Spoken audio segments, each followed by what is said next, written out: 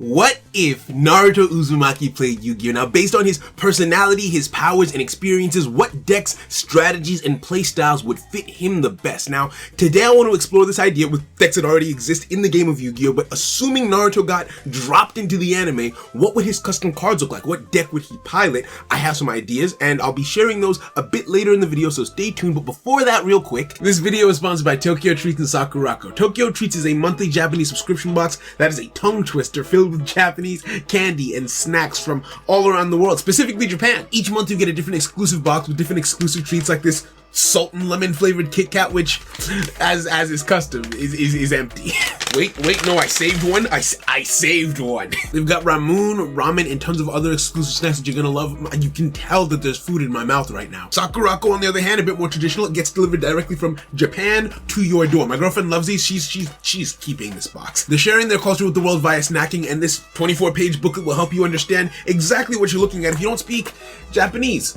Like I don't. You want to taste some culture? Get yourself one of these boxes. Use my link in the pinned comment down below or in the description and pick up a box for yourself or for a friend or family because they'll love you forever. In any event, thank you very much Tokyo Treats and Sakurako for sponsoring this video. Also, if you would like to support the channel, you can now do so on Patreon for as little as £2 a month to have your name featured in every single video, or various tiers depending on what you would like to pledge, or by becoming a channel member to get exclusive badges and emotes during streams. Thanks very much for your support. Okay, so Naruto, the number one knucklehead ninja. Now, as most of you probably know, Naruto isn't time-locked as a character, and what I mean by that is he sort of grew up with us, and we see him as multiple things all at the same time. Like, I knew Naruto as a kid, then a preteen, a teenager, and then as Hokage. So when I think of Naruto, it can literally be any one of those forms, so we're going to take it one by one. I'll be giving a deck to Kid Naruto, Teen Naruto, and Adult Naruto. Now, there's a few rules that I'm putting on the table, and these are completely arbitrary, I will be honest, but they work in my head. First, rule number one, he cannot pendulum summon. Now, contrary to popular belief, Naruto is a genius in my opinion, and he always has been, right? I know he's presented as an idiot in like most of the series, but his combat sense is impeccable, and his aptitude for learning new ninjutsu has always been ridiculously high. He's kind of OP even as a kid, but I still stand by the statement that he is too stupid to pendulum summon, and you might find that confusing, but here's the thing. Naruto hates reading, right? As a kid, he never liked to study. He's never been shown to particularly enjoy anything related to reading, and he actively hates paperwork as Hokage, right?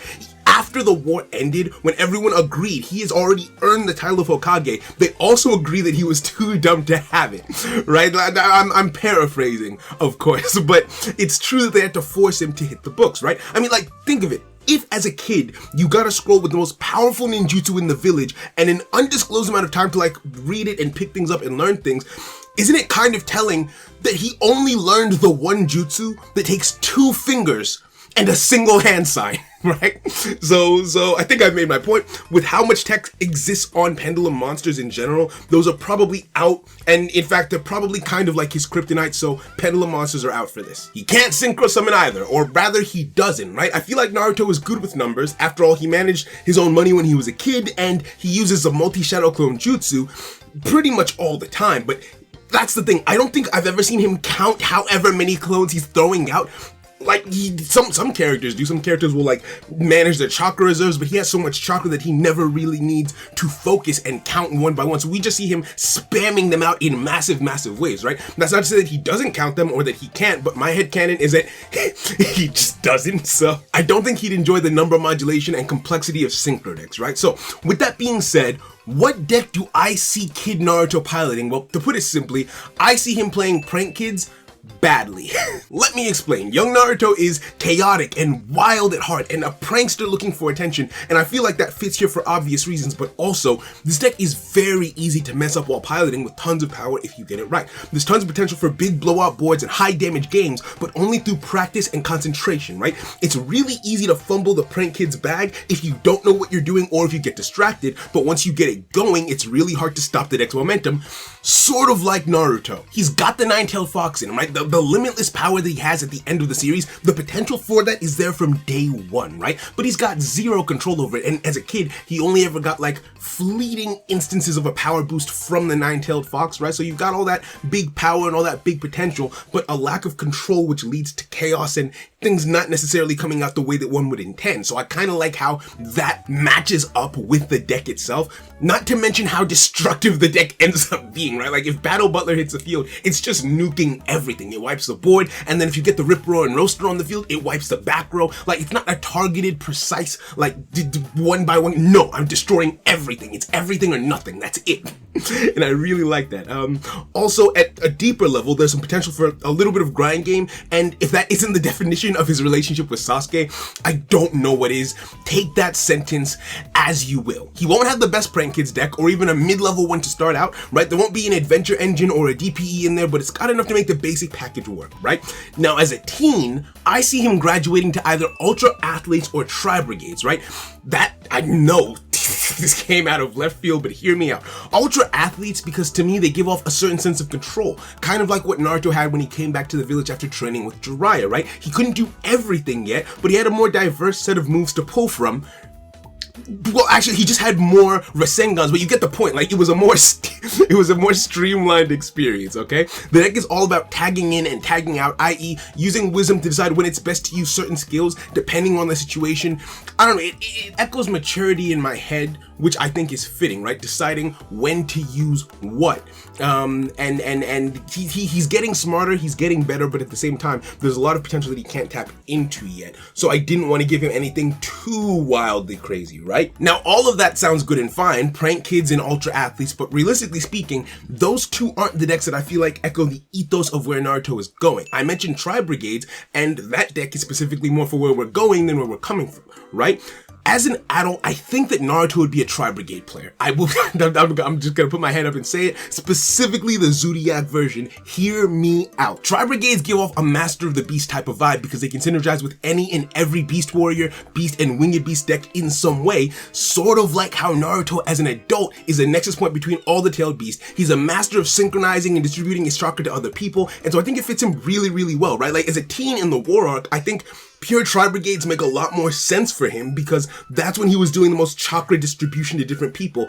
And so the more malleable form of the deck is better because it's like, okay, he's latching on to different things and boosting different people and everything. But as an adult, he's mastered all of this. And so the strongest variant of the deck makes the most sense to me. So that's why I like that one. So those are the pre-existing decks that I think would really fit Naruto were he ever to take up a deck and say, I'm here to duel. Now, what if we dropped this man into the Yu-Gi-Oh anime, right? Just put him out there. What would his custom deck be? How would it function? What would its focus be?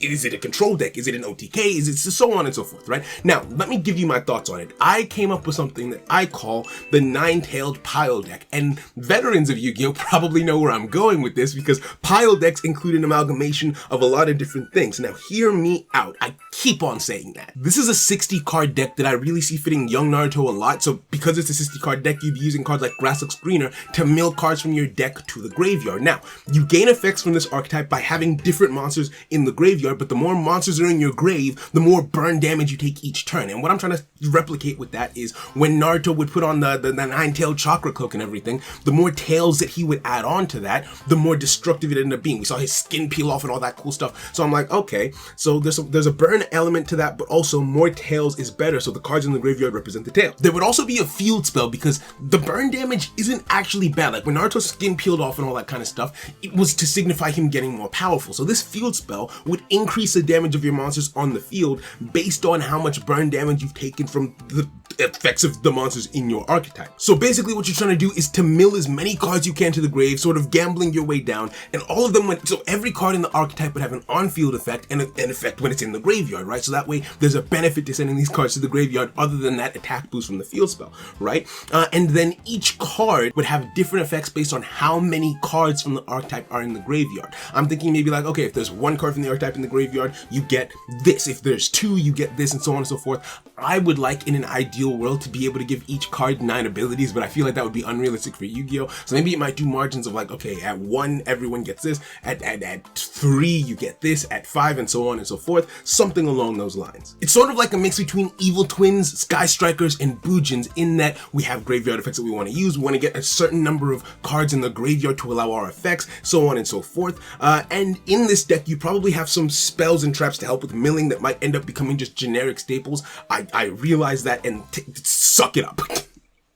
As an adult, Naruto would probably find a way to thin the deck down to about 40 cards because that's more streamlined, more controlled, and he'd probably use more tactical ways to get cards into the graveyard rather than just dunking everything in. Sort of like how we learned to control the power of the Rasengan and the Nine-Tailed Fox, all those different kinds of things without needing any external help to balance out the chakra. The extra deck monsters would revolve around milling cards while also having their own crazy effects based on how many cards are in the graveyard at any given point. I think it would be cool if there were 9 extra deck cards and each of them had a name of one of the tailed beasts, and their situational usefulness depends on how many cards are in the grave, so the weaker ones operate on less tails, which means less monsters needed in the grave until you ramp things up. I would kind of lean towards this being a link deck because it's just linking in concept, in just what it is, feels very similar to what Naruto does. He's the bridge between all the tailed beasts. He links his chakra to other people. I feel like that's very symbolic of him as a character. So those are my thoughts on Naruto's deck. I hope you enjoyed that little breakdown. If you did, please like the video. It helps me out a lot. Subscribe if you want more content like this in the future. I'm gonna be out here. I'm gonna be doing this, right? Thank you very, very much for your support. Thank you very, very much for your time. And I will catch you later. Take care, friends. Bye.